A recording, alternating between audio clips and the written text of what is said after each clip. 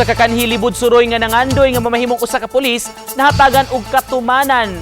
Human migraduar sa kursong BS Criminology, pinaagi sa abag sa kapulisan sa Inabanga sa Bohol. Sayra nato ang kwento ng Pilipino. Pinaagi sa report ni Mark Reggie Abella.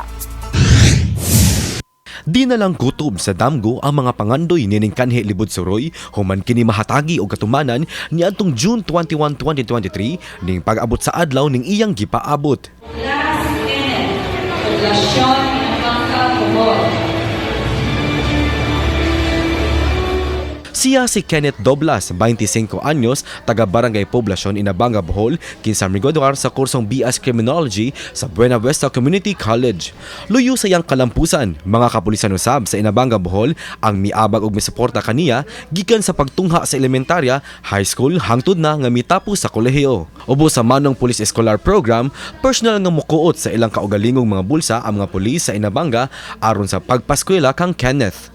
Matud ni Kenneth nga nahunong siya sa pagtungha sa grade 3 sa edad nga 9 anyos ug matulog ra siya gawa sa municipal hall uban ang iyang inahan. Niadtong higayuna, nagtuo si Kenneth nga imposibleng matuman pa ang iyang pangandoy maong Salamaton kayo ko sa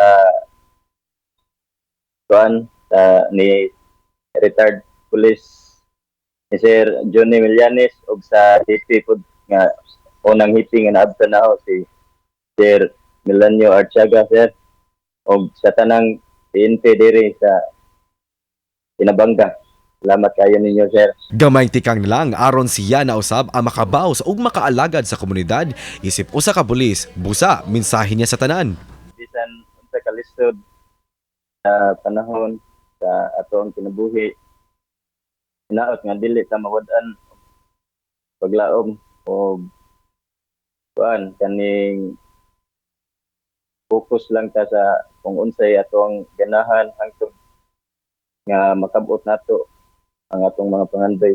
Kauban si Clans Gabutin, Mark Reggie Abella, GMA Regional TV Live.